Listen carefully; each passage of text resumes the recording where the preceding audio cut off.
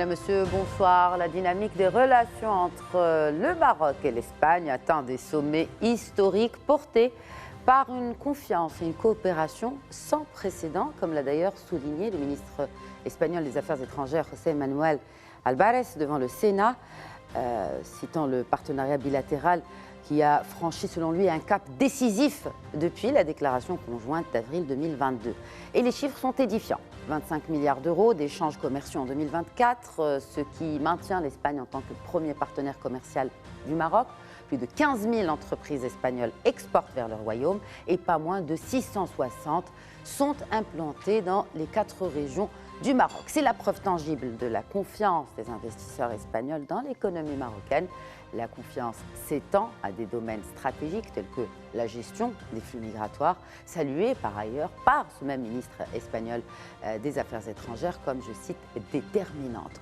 Enfin, la perspective de la Coupe du Monde 2030, co-organisée par le Maroc, l'Espagne et le Portugal, offre également une opportunité unique de renforcer les liens culturels et humains entre les deux peuples et les deux pays. J'accueille pour le débat ce soir, d'abord en plateau, la vice-présidente de la Cour d'arbitrage hispano-marocaine, Ghouda Benrazi. Bonsoir et bienvenue à vous sur ce plateau. Merci Khadija, bonsoir. Et avec nous, depuis Tanger, l'ancien président de l'université Abdelmalek Saadi, professeur Amziane Hudayfa. Bonsoir et bienvenue à vous également. Bonsoir et merci pour l'invitation. Merci à vous de répondre à nos questions et je commencerai ma première question en vous adressant une question en fait de contextualisation, notamment politique, de la situation aujourd'hui en Espagne. Quel est le contexte politique en Espagne actuellement pour commenter le contexte dans lequel le chef de la diplomatie espagnole a fait cette déclaration devant le Sénat?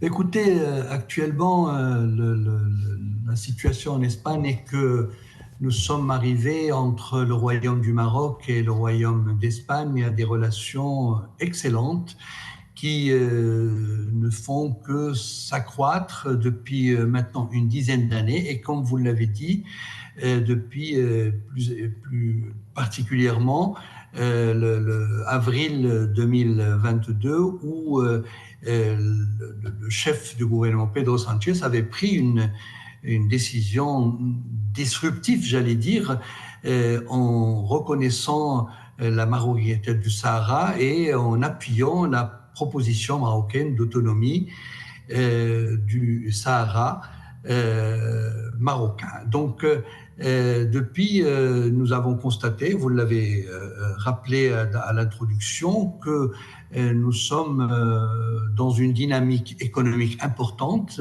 un développement des flux commerciaux entre les deux pays qui frôlent quelques 24 milliards d'euros, alors qu'ils étaient, il n'y a pas moins de 5 ans, autour de 5-6 milliards. Donc, c'est dire l'important accroissement de ces flux et de ces relations commerciales, aussi bien en termes d'exportation que d'importation.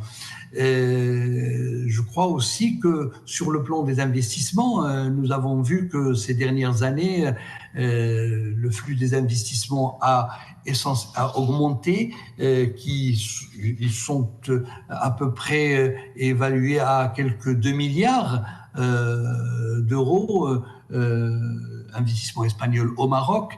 Ces investissements qui représentent actuellement la première destination africaine des investissements espagnols pour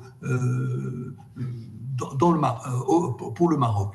Donc, évidemment, ces investissements sont porteurs concernent énormément de secteurs, notamment le secteur de construction, les infrastructures. Oui, nous allons y venir justement. Je voudrais m'arrêter avec vous, Damen Razi, si vous le permettez, professeur Hudayfa, sur la croissance des échanges commerciaux. Est-elle tributaire d'une convergence politique et est-ce qu'elle reflète justement cette convergence politique durable entre Rabat et Madrid? Effectivement, cette évolution des échanges entre l'Espagne et le Maroc reflète cette évolution aussi des relations entre les deux pays, mais surtout, il confirme la tendance qu'on a avec l'Espagne depuis 10 ans, du fait que c'est notre premier partenaire commercial. Si vous me permettez, on va faire une analyse de ces échanges. Oui, oui. 25 milliards d'euros. 25 milliards d'euros. En 2024. Dans ces 25 milliards d'euros, le Maroc exporte 10% de plus en Espagne, et l'Espagne, où on importe de l'Espagne vers 5,8-6%. Ça veut dire le dynamisme est plutôt du Maroc vers l'Espagne, ce qui permet une tendance vers l'équilibre de balance entre les échanges entre l'Espagne et le Maroc qui est extraordinaire. Si on analyse les échanges en soi, on est en train d'échanger des produits de haute valeur ajoutée. Ça, c'est très important. Très bien. C'est encourageant. On échange le textile, l'automobile, l'électronique. Et si on enlève les échanges en termes de carburant, on peut dire que les échanges ils sont équilibrés. Exactement, d'autant plus que, effectivement, l'Espagne est devenue le premier fournisseur du Maroc en gaz, en tout cas pour l'année précédente. Et comment cette croissance des échanges peut-elle se refléter sur l'investissement aussi ? Ces chiffres, et quand aussi Alvarez parle de ça au Sénat en Espagne, oui, ça donne envie aux autres investisseurs ou aux investisseurs de faire le pas vers le Maroc et venir ici. Ça montre qu'il y a de l'équilibre, ça montre qu'il y a de la stabilité et qu'il y a de l'opportunité entre les deux pays. Je crois que c'est comme ça qu'on peut booster l'investissement espagnol vers le Maroc. Professeur Hudayfa, contexte politique régional assez complexe, il faut le dire. Le Maroc se positionne comme un partenaire fiable et stable et, comme l'a rappelé M. Alvarez, un acteur clé pour l'Espagne dans ses relations avec l'Afrique et le monde arabe. Un mot sur la coordination entre Rabat et Madrid sur les dossiers sensibles. Écoutez, depuis justement cette date butoir d'avril 2022, il y a eu énormément de va-et-vient entre les responsables politiques, que ce soit sur le plan économique, sur le plan sécuritaire, sur le plan de la justice. Nous avons eu des visites aussi bien de responsables marocains vers l'Espagne ou de responsables espagnols vers le Maroc pour concrétiser l'agenda qui a été adopté lors de cette réunion, fameuse réunion entre le chef de gouvernement espagnol et Sa Majesté en avril 2022, qui concernait aussi bien le volet sécuritaire, le volet immigration, mais aussi le volet, disons, culturel, humain et tourisme, investissement aussi. Donc, et le résultat de tout cela, c'est que depuis cette date de 2022, nous avons constaté qu'il y a eu une augmentation importante des échanges commerciaux, comme ça a été dit, mais aussi des investissements. Actuellement, nous constatons que ces investissements sont très importants, de l'ordre de 2 milliards, mais l'importance est déclinée en termes de création d'emplois qui a été générée par ces investissements. Mmh. Nous sommes à peu près quelques 24 à 27 000 emplois créés suite à ces décisions, à l'application de cet agenda. Je crois aussi que sur le plan commercial, ça a été rappelé que nous sommes dans un ordre de quelques 23-24 milliards avec une augmentation pratiquement de 24% en 2 ans.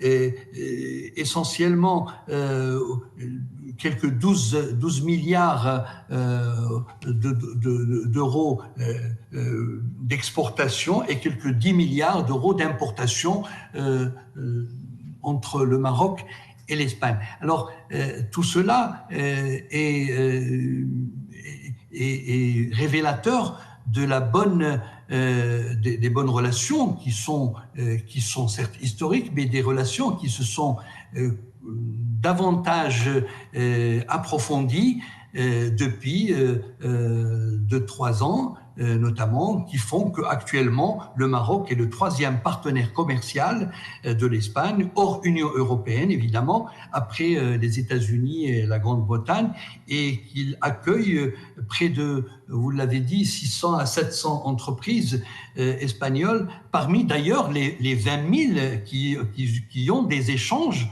réguliers avec le Maroc. Et donc voilà, nous sommes donc sur une bonne perspective.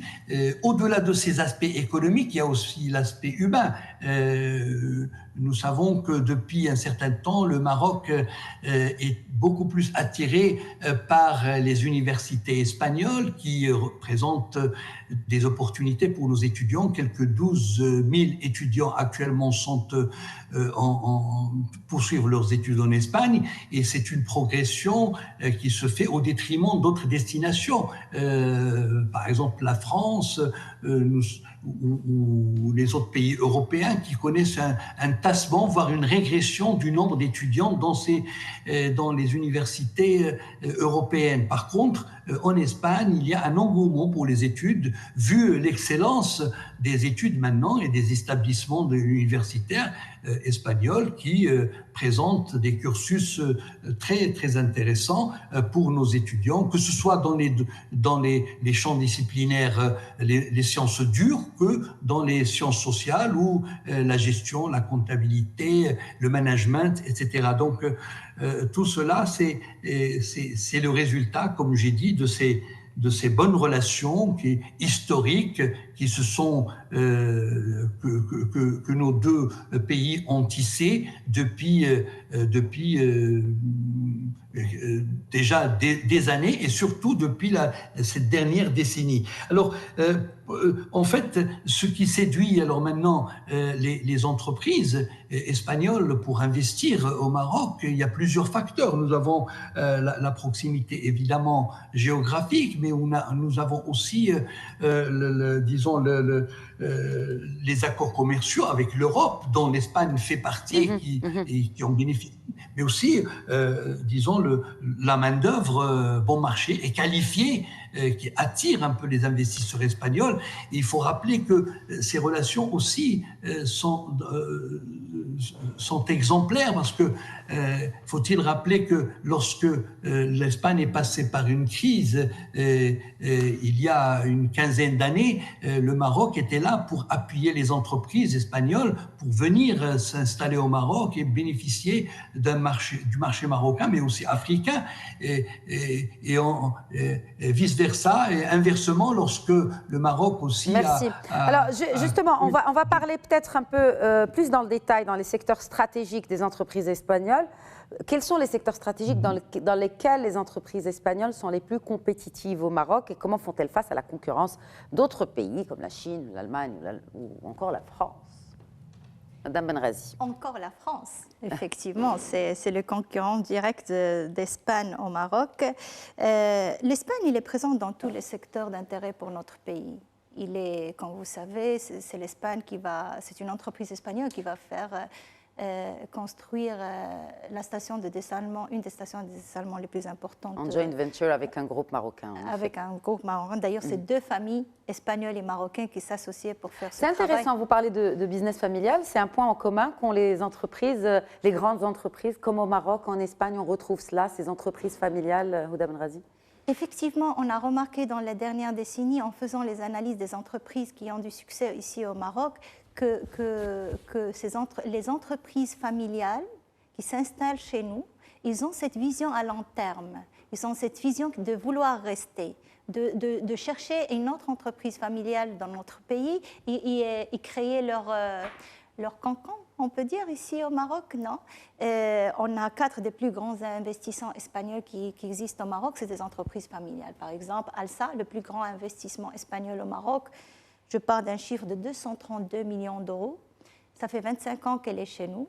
Dans les transports publics. Dans les transports publics. Personnellement, je crois que Alsa est Elle a restructuré le transport public depuis qu'il est rentré à Marrakech il y a déjà un quart de siècle, on peut dire. Non, 6 000 emplois, une présence très, très soutenue ici au Maroc par la famille en Espagne. On a la famille Barcelo, une très belle success story qui a commencé en 2006 ici au Maroc. Aujourd'hui, vers 2027, on parle de 10 hôtels, 190 millions d'euros d'investissement, c'est pas peu aussi.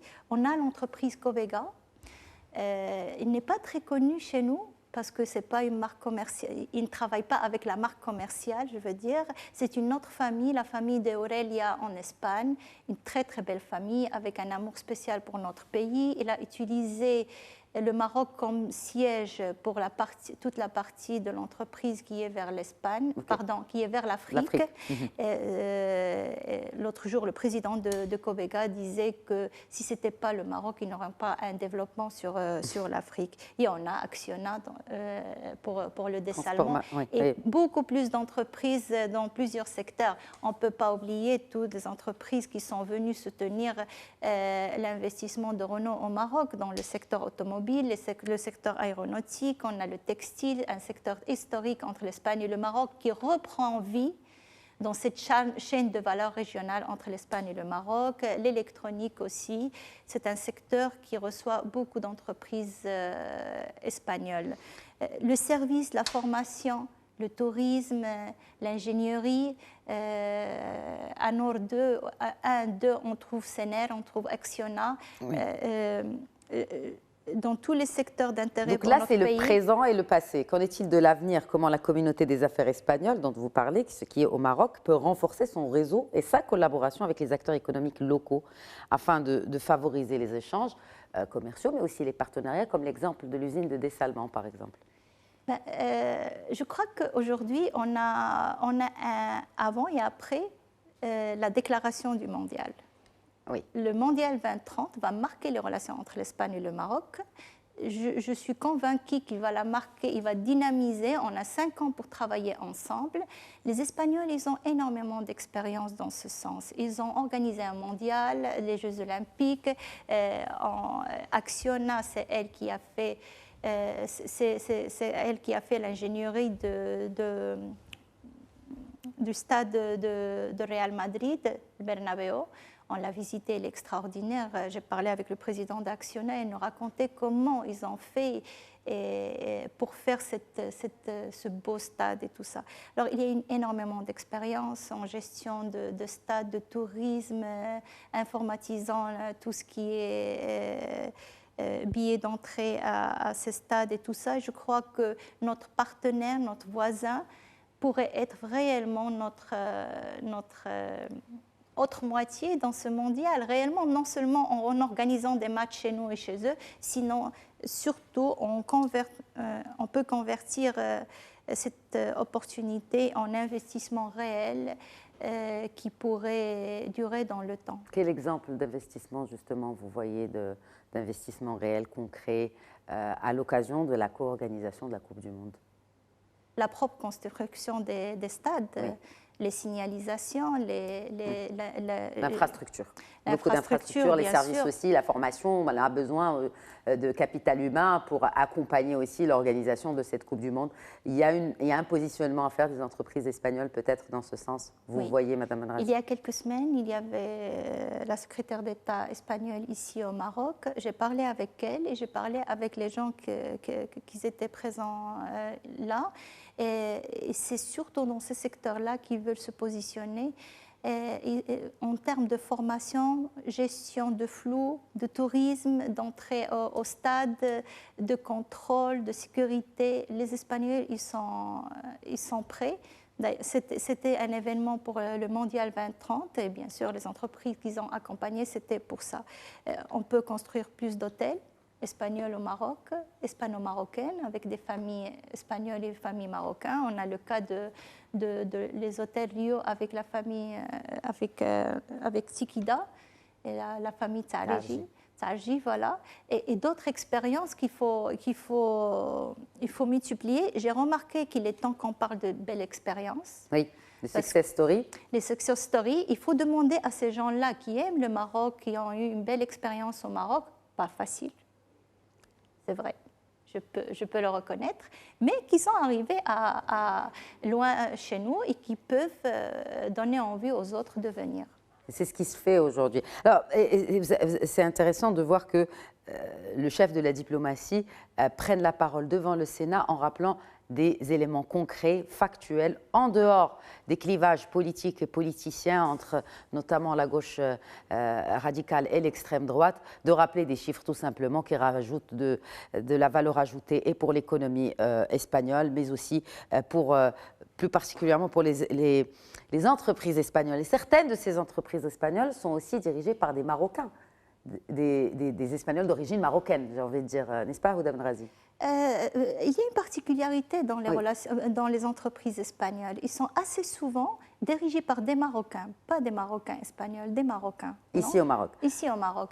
Sans oublier que les peu d'expatriés espagnols qui sont au Maroc, ils deviennent marocains. Assez souvent, ils se marient avec des Marocaines. Oui. Ils font leur vie ici. Et on l'a vu aussi, l'intégration du Marocain en Espagne est assez particulière. Le rôle de la diaspora marocaine à présent, professeur Hudayfa, le rôle de la diaspora marocaine en Espagne dans le renforcement des liens entre les deux pays, avec une communauté, et on l'a vu, qui est très présente, très engagée aussi socialement, notamment après les inondations qui ont frappé le sud de l'Espagne il y a quelques mois.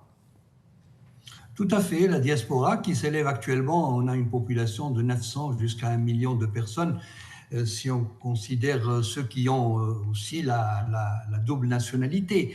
Mais juste avant de parler de ce point, je voudrais compléter par rapport au secteur qui intéresserait ou qui intéresse en tout cas les entreprises espagnoles.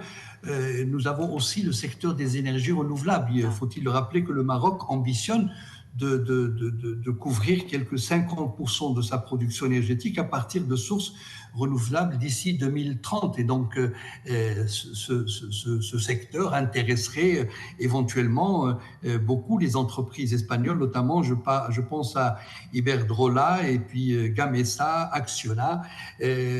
Au-delà de ce secteur, il y a aussi le secteur des infrastructures. Le Maroc est en train de renouveler, de moderniser le secteur des transports.